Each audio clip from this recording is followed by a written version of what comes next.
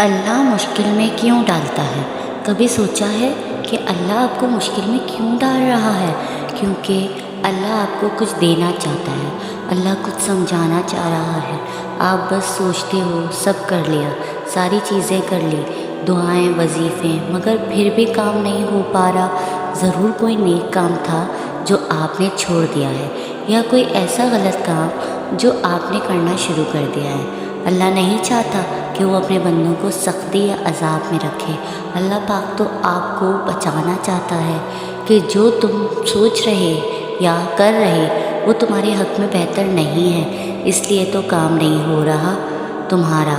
اللہ اسی لیے آپ کو آگے کی بجائے پیچھے لا رہا، کیونکہ اللہ کو علم ہے کہ تمہارے لیے یہ صحیح نہیں جو تم اپنے لیے صحیح سمجھ رہے ہو۔ یہ پروٹیکشن ہے آپ کے لیے اللہ کی طرف سے۔ کوئی مشکل نہیں جو آپ کو مشکل لگ رہا ہے، اسی لیے آپ اس مشکل سے نہیں نکل رہے، کیونکہ آپ یہ نہیں دیکھ رہے کہ جو تمہاری خواہش ہے وہ آپ کو تباہی کی طرف لے کے جانے والا ہے۔ جو اللہ کو علم ہے آپ کو نہیں ہے۔ اصل میں آپ مشکل میں ہو ہی نہیں، بلکہ جو مشکل تم پر آنے والی ہے اللہ بچا رہا ہے آپ کو اس مشکل سے۔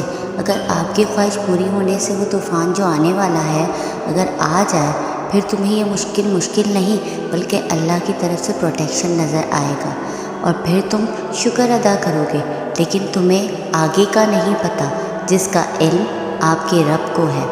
اس لیے اس بات سے پریشان نہیں بلکہ خوش رہو کہ تم محفوظ ہو ان تمام آفات اور مصیبت سے۔